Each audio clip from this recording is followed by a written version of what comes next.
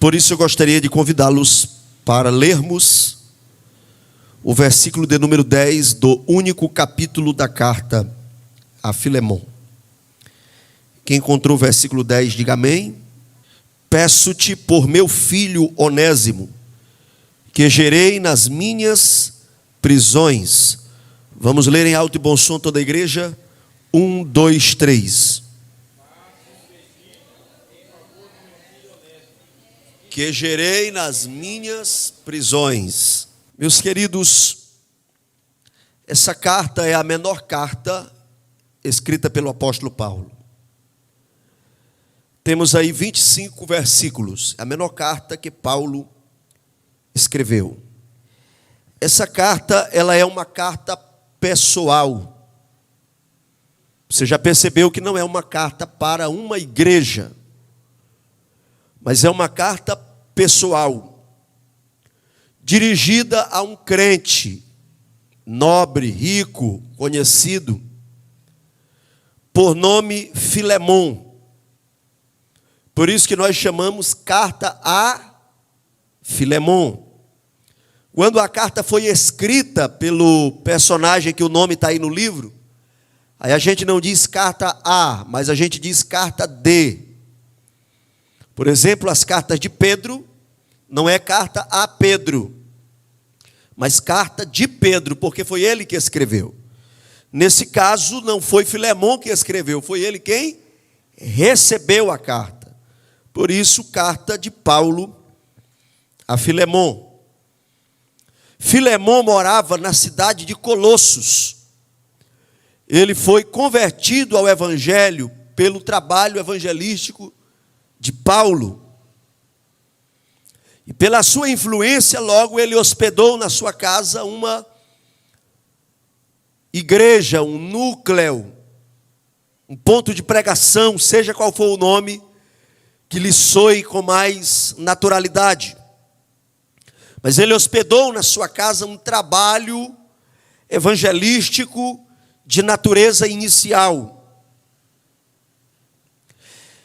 Ele tinha um filho cujo nome era Arquipo. Arquipo. Está no versículo de número 2, esse personagem. E Arquipo foi nomeado dirigente daquela igreja na casa de Filemon. Por que que Paulo escreveu esta carta a esse homem nobre, rico? Essa carta pessoal. Por causa da fuga de um escravo por nome Onésimo. Filemon tinha um escravo chamado Onésimo. E esse escravo fugiu. Na condição de escravo, ele não tinha um salário. Ele não tinha remuneração, logo ele precisou provavelmente furtar alguns bens da casa do seu senhor, ou quem sabe dinheiro, para poder assim fazer uma viagem tão longa de Colossos até Roma, a capital do império. Chegando em Roma, Onésimo percebeu que as coisas não seriam tão simples. E ouvindo falar que Paulo estava em Roma, logo ele lembrou do ministério de Paulo. Lembrou da influência de Paulo na propriedade que ele morava, o que Deus havia feito. Por isso ele procurou o apóstolo Paulo na casa, pois a primeira prisão de Paulo não foi na masmorra, no presídio, foi numa casa que ele pagava o aluguel e a guarda pretoriana fazia ali a segurança. É claro que era uma prisão, mas essa primeira prisão foi em uma residência. Onésimo, portanto, foi em busca dessa residência, se apresentou ao apóstolo Paulo e, com o passar do tempo, recebeu a Cristo como seu Salvador. É por isso que o versículo de número 10, que eu pedi aos senhores e às senhoras para lerem, esse versículo diz, o apóstolo Paulo se dirige a Filemon, dizendo: peço-te por meu filho Onésimo, que gerei nas minhas prisões. Não. Paulo não teve um caso com ninguém, com nenhuma mulher na prisão para gerar um filho. Essa linguagem de paternidade ela é muito comum na igreja. O meu pai na fé, a minha mãe na fé, a pessoa que me ganhou para Cristo, que me conduziu através da palavra a aceitar Jesus como Salvador. Então não estranhe essa linguagem. Paulo está falando de um converso. O meu filho Onésimo, que gerei nas minhas prisões. Esse Onésimo era um escravo fugitivo, aceitou a Jesus na prisão. Quando foi ter com Paulo, foi discipulado, haviam outros crentes ali fazendo companhia a Paulo, como Epáfras, como Marcos, como Aristarco, como Lucas e Demas e outros. E também se juntou a estes Onésimo. Onésimo aceitou a Jesus, foi discipulado, e o apóstolo Paulo decidiu enviar Onésimo para o seu antigo proprietário, para o seu dono. Talvez você estranhe, porque crentes tendo escravos, meus irmãos, a mudança provocada pela palavra, ela pode ser imediata. Tem gente que ouve a mensagem e logo essa pessoa já passa por significativas mudanças. Outros levam tempo. Cada época da história da igreja, Deus trabalhou de uma forma diferente.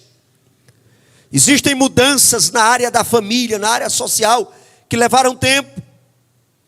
Se você chegar em uma tribo africana para plantar uma igreja, para evangelizar, você vai fazer o apelo, chamando as pessoas para aceitar Jesus, e é provável que venha um homem aceitar Jesus e várias mulheres acompanhando ele.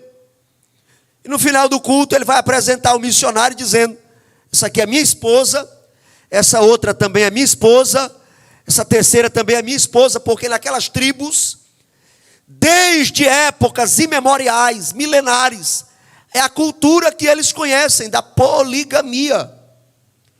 E uma mulher sem marido nessas tribos, logo ela é apedrejada, morta, violentada.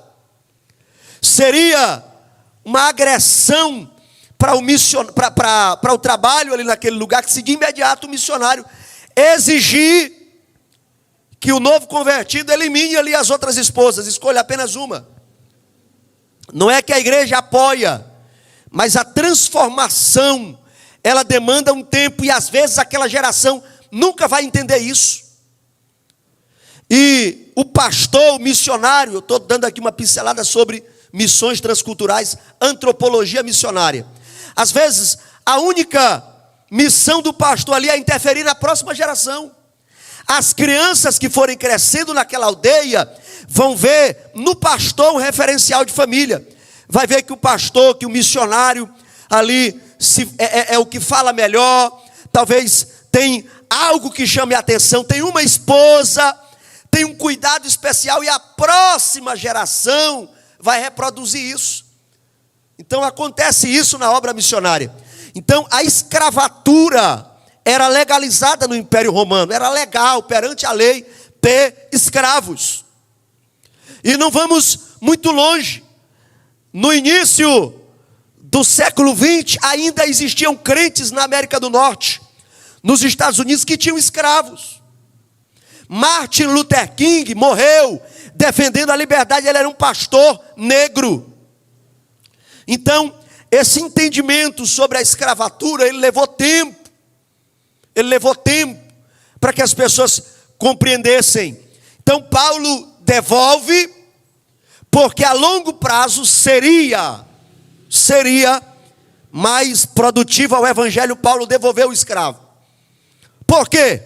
Se o apóstolo Paulo provocasse naquele escravo uma rebelião, uma luta armada, rapaz, localiza todos os demais escravos, isso é do diabo essa escravatura, vai lá, liberta os demais, armado, isso aí nós não aceitamos. Paulo estaria fechando portas para o evangelho. porque o entendimento das pessoas ainda não estava pronto para isso. E futuramente, Paulo não teria acesso mais àquelas comunidades. Então Paulo deixou o Espírito Santo fazer a obra. Eu gostaria que você levantasse a sua mão direita comigo e diga comigo assim: existem coisas. Mas eu gostaria que vocês falassem mais animados. Diga assim: existem coisas que o conselho não resolve, nem a pregação do pastor resolve. Diga assim: tem coisas que nem disciplina resolve. Diga assim: existem coisas que só o Espírito Santo faz acontecer. Não adianta a gente olhar para isso com estranheza. Tem um bocado de vocês aqui que ainda diz Ave Maria. Não tem, irmão? Ave Maria. Ah, pastor, eu não digo Ave Maria, eu digo Vixe Maria. Pois tu é pior, que tu está dizendo a palavra virgem de forma deformada, né? Porque o Vixe Maria é Virgem Maria, tá? Tem crente que se benze, olha o tanto de tempo que está na igreja. Tem crente que olha o horóscopo para saber qual é a roupa que ele vai vestir. Está com 5 anos de crente, 10 anos de crente, e ainda está preso a algumas coisas, né? Então não estranhe. Tem crente que acredita no signo. Tu é Capricórnio. Tu é o quê? Touro, Gêmeos, né?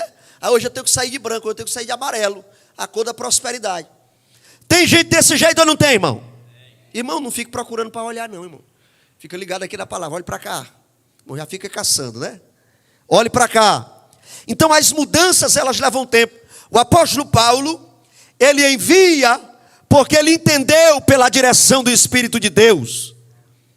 Ele entendeu pela direção do Espírito de Deus que aquele escravo voltando seria uma oportunidade para a igreja que estava na casa de Onésimo crescer espiritualmente através da força do perdão.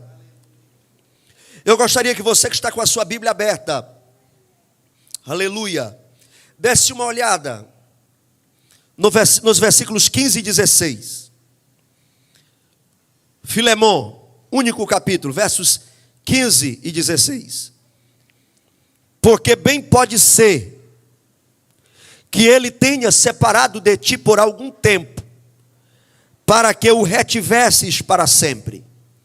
Agora não mais como servo, não mais como escravo, antes mais do que servo, como irmão amado, particularmente de mim, e quanto mais de ti, assim na carne, como no Senhor. Vamos ler o 17. Assim, pois, se me tens por companheiro, recebe-o como a mim mesmo.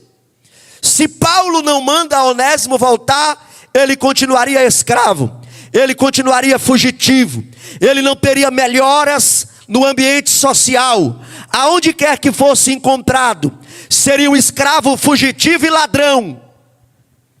Mas trabalhado pela palavra de Deus, pelo tratamento do Espírito Santo, foi-lhe aberto a porta do retorno, não mais como escravo, mas Deus deu-lhe a chance agora de ser membro da igreja.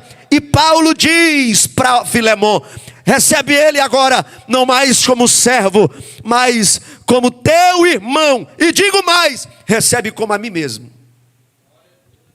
Aleluia. Você pode dizer comigo assim que Deus é o Deus dos recomeços? Diga assim: Deus é Deus de recomeço. Aleluia. Deus é Deus de recomeço. Deus é Deus de recomeço, irmão. Deus pode mudar histórias. Deus pode transformar pessoas.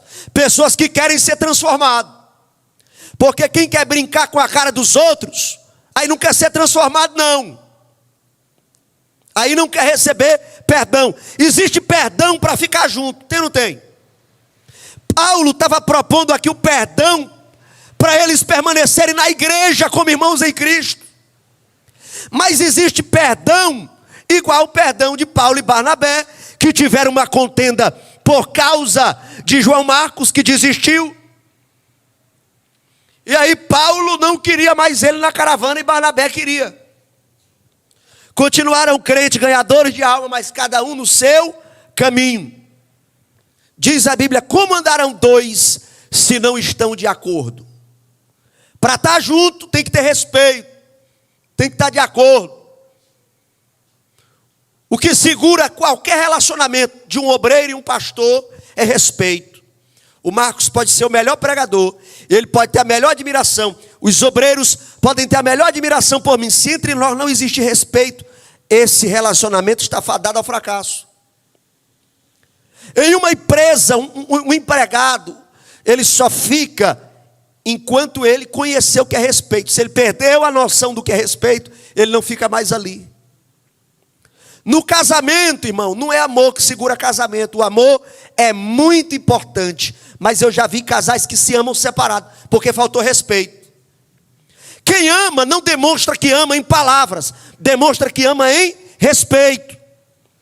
Se você sabe o seu lugar, lugar de marido, lugar de mulher, então você exercita a sua posição com respeito ao seu cônjuge, aí você está mostrando que ama.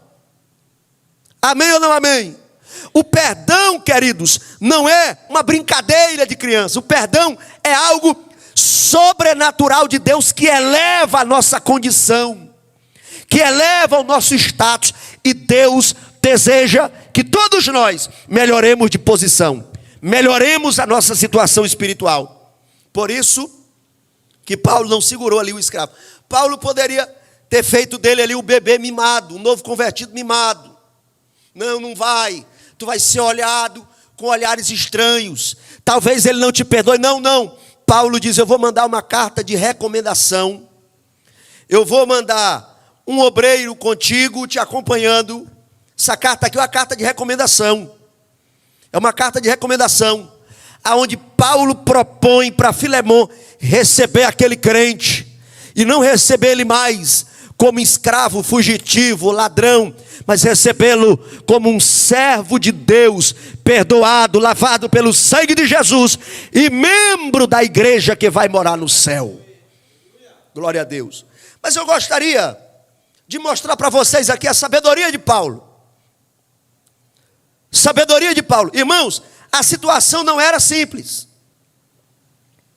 porque o patrão naquela época estava nos códigos de leis do Império Romano. Se um escravo fugisse da terra do seu senhor, furtando, roubando, e decidisse voltar, e o seu senhor recebesse ele sem punir, aquela casa, aquela família poderia ter problemas com o Estado, porque os fazendeiros vizinhos, os proprietários vizinhos, iam dizer que aquele patrão estava incentivando a rebelião dos escravos. Então o escravo que estava voltando, ele tinha que ser punido, às vezes condenado à morte. Então não era uma situação simples. Filemão poderia alegar, não, eu recebo, mas eu recebo ele na mesma posição, porque senão eu vou ter problema aqui na cidade, eu vou ter problema com os meus pares, com os meus vizinhos. Por isso Paulo não usa de autoridade. Você percebeu aí que Paulo vai por baixo? Você percebeu? Quem leu a Bíblia comigo aí, diga amém. Você percebeu que Paulo não usa de autoridade apostólica. Nem como apóstolo Paulo se apresenta. Leia o versículo primeiro aí, irmão Marcos. Paulo, prisioneiro de Cristo Jesus. E o irmão Timóteo. Como foi que Paulo se apresentou aí na saudação, irmãos? Como foi? Quem está ligado no culto, diga amém. Como foi que Paulo se apresentou? Como prisioneiro. Ele não se apresenta como apóstolo. Ele não quer demonstrar autoridade para Filemon.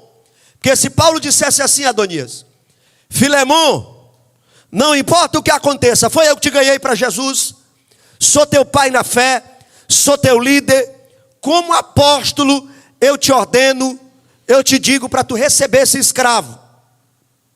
Filemon teria recebido, irmãos. Filemon teria recebido, sim. Se você olhar, vamos ver o versículo 21. Vamos ler o versículo 21.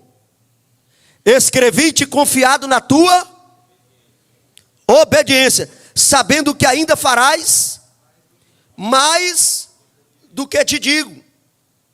Paulo confiava na obediência. Mas ele cita essa obediência no final da carta. No começo da carta, ele se apresenta como prisioneiro.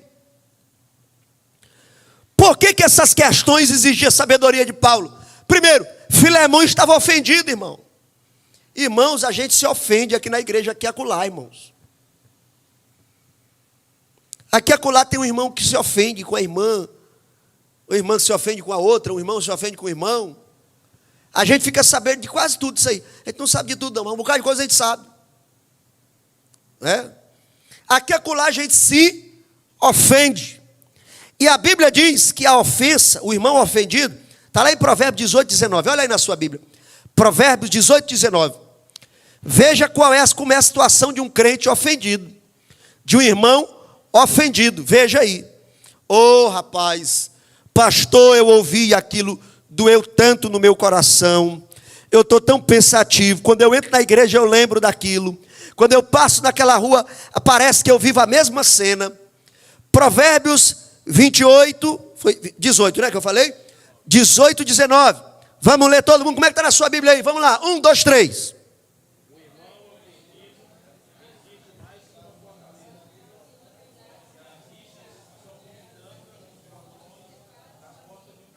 O irmão ofendido é mais difícil do que conquistar uma cidade forte. Um irmão ofendido. Um irmão que está ofendido. Aqui acolá a gente vai aqui atrás. Às vezes, né, a pessoa bota até o pastor no meio. Se o pastor não vier aqui tomar providência, aí o pastor já está no meio do cambalacho também, quando vai ver. Já está no meio. Né? Irmão, eu já acompanhei meus líderes, meu pastor. Eu não tenho dificuldade de pedir perdão. O meu pastor me ensinou isso. Eu lembro-me que uma vez meu pastor me disse algo no púlpito. E um obreiro dos mais antigos entendeu a coisa de um jeito pessoal. Sumiu da igreja e ficou dizendo de longe, não, o pastor vai ter que me escutar por aquilo que ele disse. E o pastor reuniu alguns irmãos e nós fomos lá na casa do irmão. E o irmão falou o que quis. E o pastor estendeu a mão e disse, meu irmão, me perdoe em nome de Jesus. Irmão, não adiantava querer explicar nada. Não adiantava querer justificar nada. Ali, quanto mais explicasse, mais o problema aumentava. Mais o problema aumentava. Entendeu? Eu já vi também, irmãos, meus líderes intermediando reconciliações, e eu me lembro de um irmão que perdoou o outro, entre aspas, mas ele disse assim, não, eu perdoo, porque eu sou alguém que serve a Deus de verdade. Agora, esse aí não merece nem meu perdão não. Irmão, um perdão desse. A pessoa se exaltou e depreciou o outro. Pisou o outro. Você não acha que esse novo convertido aqui, esse Onésimo, no começo da fé, ele não disse para Paulo que ele passava lá na casa do irmão? Os defeitos do irmão. Você acha que ele aceitou de cara assim voltar? Paulo, que conversa é essa, Paulo? Voltar? Você acha que o escravo aceitou assim de cara? Ele teve resistência. Ele contou as falhas do seu senhor. Mas, quando Paulo escreve, olha a sabedoria de Paulo. Quem está escrevendo aqui é Paulo, prisioneiro de Jesus Cristo. E ele diz assim, ao amado Filemão. Olha aí, irmão, ao amado. Quando você quer conquistar alguma coisa, irmão, não é por cima não mostra teus méritos. Vai com humildade. A humildade abre portas. Não imponha nada não, irmão. Conquiste pela humildade. No serviço, na igreja, qualquer lugar onde Deus te colocou. Na humildade as portas se abrem. Paulo chama ele de como? Ao amado Filemão. Depois, nosso cooperador. Nosso cooperador. Por que Filemão era um cooperador? Porque recebeu a igreja na sua casa, porque apoiou o evangelho, muitas vezes deu comida para os crentes depois do culto. Ele era ou não era um cooperador? Nós aqui tudo tem defeito, irmão. Se nós for falar um defeito do outro, A gente sabe um bocado de defeito um do outro, né? A gente sabe quem é o mais zangado, quem é o mais falastrão. A gente sabe quem é aquele que o coração velho é duro. Nós sabemos aqui um bocado de defeito um dos outros. Mas a humildade, ela nos ensina a enxergar aquilo que há de positivo no próximo. Olha Paulo nos ensinando aí. É o amado Filemon, nosso cooperador. Aí cita a esposa, provavelmente essa Áfia era a esposa de Filemon e mãe de Arquipo. E ele finaliza dizendo: e a igreja que está em tua casa. Versículo 4, vamos olhar o versículo 4. Graças dou ao meu Deus, lembrando-me sempre de ti nas minhas orações. Paulo já, irmão, coisa boa é a gente saber que alguém ora pela gente. A gente não pode mentir, dizer que ora sem estar orando. Eu contei para os irmãos que outro dia o irmão me marcou aqui no Instagram. É um filho meu que tem aí, que onde me vê, me abraça, eu lhe amo. Não me obedece uma vírgula. Aí ele me marcou lá no Instagram, disse assim: eu sei que as minhas conquistas é pelas orações do pastor Alessandro. Irmão, fazia 2 anos que eu não orava por ele. Foi, aí eu até mandei uma mensagem para ele. Depois eu falei: rapaz, vamos voltar a orar por você, né? Fui com um jeitinho assim para não entristecer. Mas ele tinha aquela expectativa, mas eu não estava orando por ele não. Eu fiquei calado aquele negócio ali, né? Eu não recebi mérito não, fiquei na minha, certo? Quando alguém te pedir oração, ora. E ora de preferência no mesmo dia. Se tu deixar para depois, é bem capaz de tu esquecer. Anota no bloco de notas. Ou então ora na mesma hora. A pessoa mandou a mensagem, ora. Aí você está na vasilha, lavando vasilha, né? Senhor nosso Deus, abençoa ela, prepara, leva para a glória, né? Vai orando, prepara ela para ser mais crente. Abre as portas. Amém ou não amém? Não é? Já tem, não, irmã, tem uns homens do coração difícil de perdoar. Tem uns homens do coração velho, dominado pela vaidade, pelo orgulho, pelo veneno do orgulho.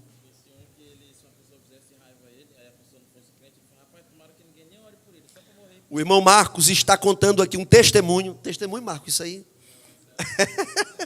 que ele conheceu um irmão, olha, irmã Raiane, um irmão, que a pessoa quando ofendia ele, se não fosse crente, ele dizia assim: espero que não apareça ninguém nem para orar para um camarada desse para ele ir para o céu.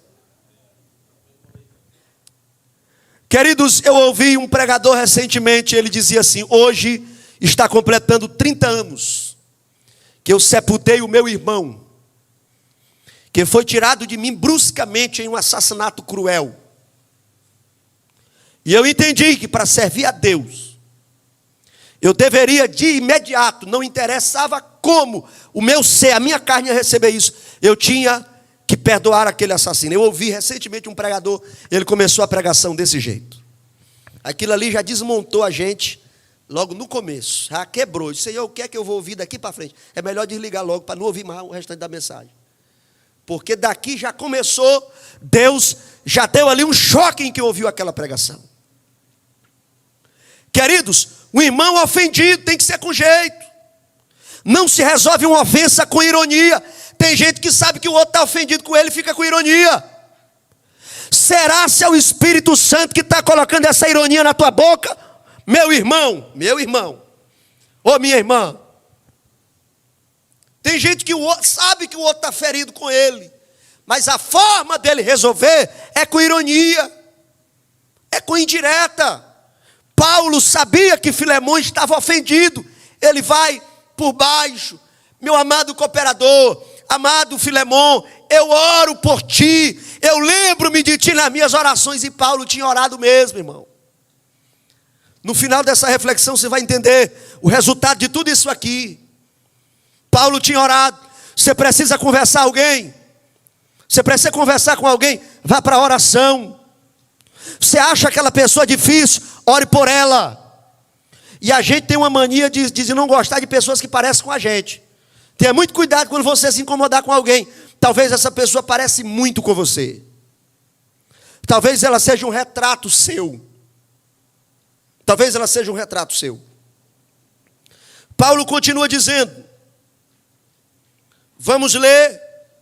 Versículo 7. Tive grande alegria e consolação do teu amor, da tua caridade. Porque por ti, ó irmão, o coração dos santos foi reanimado.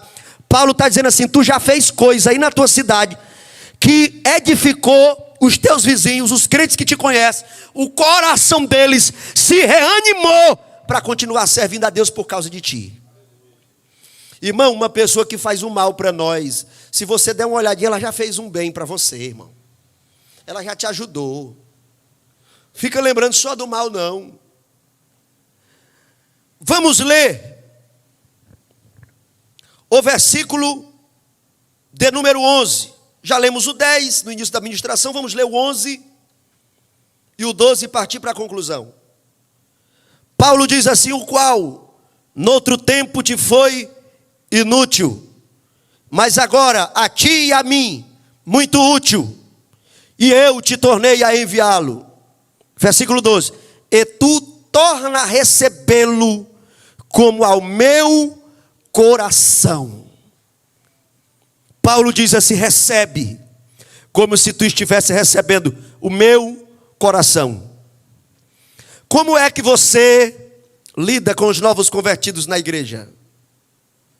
Como é que nós lidamos com as pessoas que inclusive já conhecemos os seus pecados lá do negócio que a gente fez? A pessoa nos passou a perna, nos tratou mal, quem sabe era colega de noitada, e você sabe dos pecados. Essa pessoa chega para a igreja. Tem gente que recebe com uma expectativa negativa. Ih, esse aí eu sei, isso aí não tem jeito não. Isso aí é casca de bala, isso aí é chave de cadeia, isso aí é problema sério. Como é que você recebe? Paulo olha para o novo convertido, fugitivo, ladrão, escravo, e diz: recebe como se estivesse recebendo o meu coração. Amém ou não amém? Queridos, Deus deu para Paulo uma oportunidade de cuidar de 2 filhos. Não era só Onésimo um filho, Filemão também era um filho. Alguns meses atrás eu ouvi uma pessoa aqui na igreja e vi a decepção no olhar, porque a pessoa queria que eu ficasse do lado dela. Ela tinha suas razões, mas assim como Paulo não podia ficar do lado só de Filemão, só de Onésimo, quem é o pacificador não escolhe lado. Pacificador compreende as partes e tenta reatar a amizade. Existem pessoas que quando nos pedem ajuda, contam alguma coisa, quer logo que você fique do lado. E se você cair, você vai fazer parte da contenda e você não vai fazer parte da solução. Paulo teve a oportunidade de cuidar dos 2 filhos. Onésimo teve a oportunidade de deixar de ser escravo, porque quando ele voltou, ele foi recebido como crente, como salvo, como perdoado, como nova criatura. E agora, ao ser recebido na igreja, se ele servisse uma água, se ele limpasse a sala, se ele ficasse fazendo algum serviço, não era mais por escravo, mas era por ser voluntário na obra de Deus. E Paulo deu uma oportunidade para Filemão perdoar. E eu quero finalizar dizendo que é necessário perdoar. C.S. Lewis, um escritor muito conhecido, ele diz que falar sobre o perdão é muito fácil. O difícil mesmo é perdoar. Você sabia que é bom pregar sobre o perdão? Porque a Bíblia está cheia de textos sobre o perdão. É muito fácil. Nós não estamos precisando, não estamos com dificuldade de encontrar pregadores que preguem sobre o perdão. A dificuldade mesmo é perdoar. É incrível como existem filhos que têm mágoas dos pais. Eu tenho tomado informações a respeito de filhos com problemas não resolvidos há décadas, mas que ainda não perdoaram pai, perdoaram mãe. É incrível como pessoas forçam relacionamento de amizade, de negócios, com desconfiança, porque não foram capazes de perdoar. Sabe qual foi a última oração de Estevão? Atos 7:59. Pai, não lhes impute este pecado. Perdoa-lhes. Perdoa-lhes. O perdão não é fácil. Mas se você quiser ter liberdade espiritual, sabe por que tem gente aí que não tem liberdade espiritual? Para pregar, para cantar, para adorar a Deus. com ânimo, com vida, é porque existe um problema mal resolvido no passado. Isso lhe trava, lhe impede de viver o fluir da graça de Deus. A mágoa adoece, mas o perdão cura. Pessoas que não conseguem perdoar têm uma queda de desempenho no trabalho, preferem se isolar, estão propensas à irritabilidade, à ansiedade. Existem 3 hormônios que o cérebro libera quando você se agarra com a mágoa. O primeiro é o cortisol.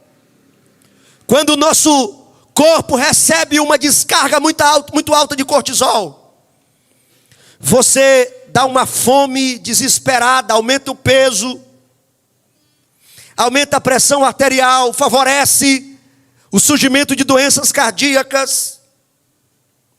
O outro hormônio que a mágoa faz ser liberado no nosso sangue é a adrenalina. A adrenalina em excesso nos dá fortes dores de cabeça, problemas digestivos, distúrbios do sono e todos os demais que eu já citei.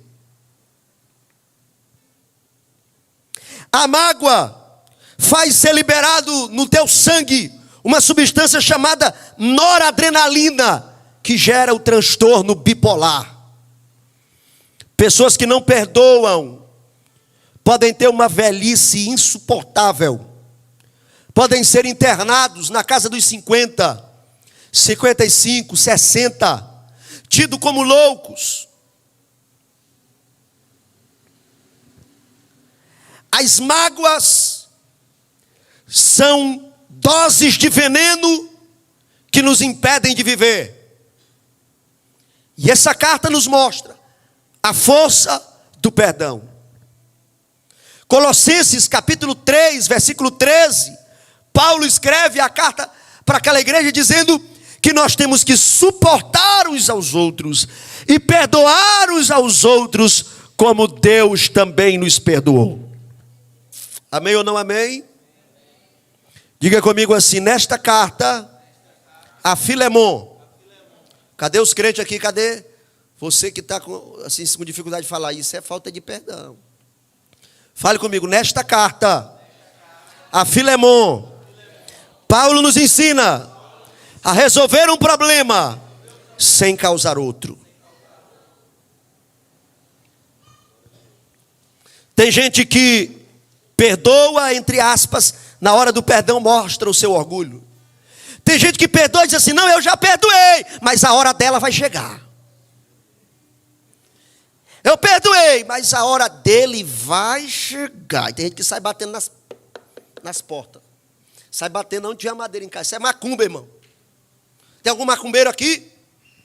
Aceita Jesus. Já. Vou fazer um apelo aqui para você aceitar Jesus como teu Salvador.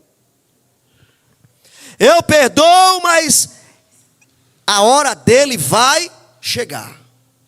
Tem gente que comemora quando um problema acontece com pessoas que lhe causaram um transtorno, uma dor.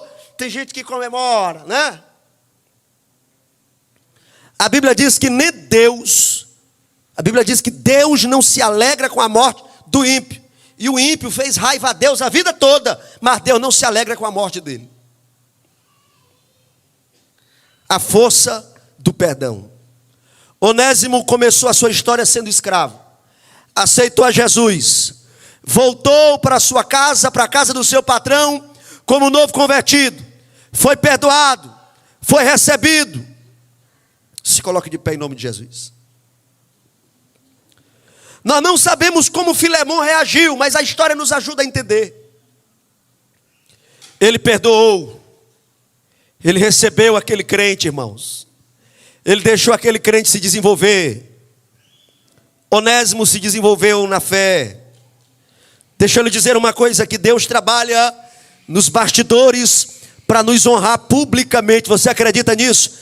Você acredita que enquanto nós estamos aqui na igreja, nesse culto de quarta-feira, Deus está trabalhando nos bastidores da nossa história para prover o socorro que nós precisamos? Quantos aqui acreditam que Deus está trabalhando nos bastidores? Deus trabalhou nos bastidores. Onésimo foi recebido. Onésimo foi reintegrado. Eu vou lhe dar aqui uma informação histórica e aqui eu finalizo. No ano 110 da era cristã. Qual ano? Havia um mestre, um líder na igreja, e ele escreveu uma carta a um outro pastor, a um outro bispo, um bispo chamado Inácio. Escreveu uma carta a um outro líder. Essa carta foi encontrada pelos estudiosos. Esse outro líder era bispo da igreja de Éfeso. Sabe quem era esse bispo que recebeu esta carta? Era Onésimo.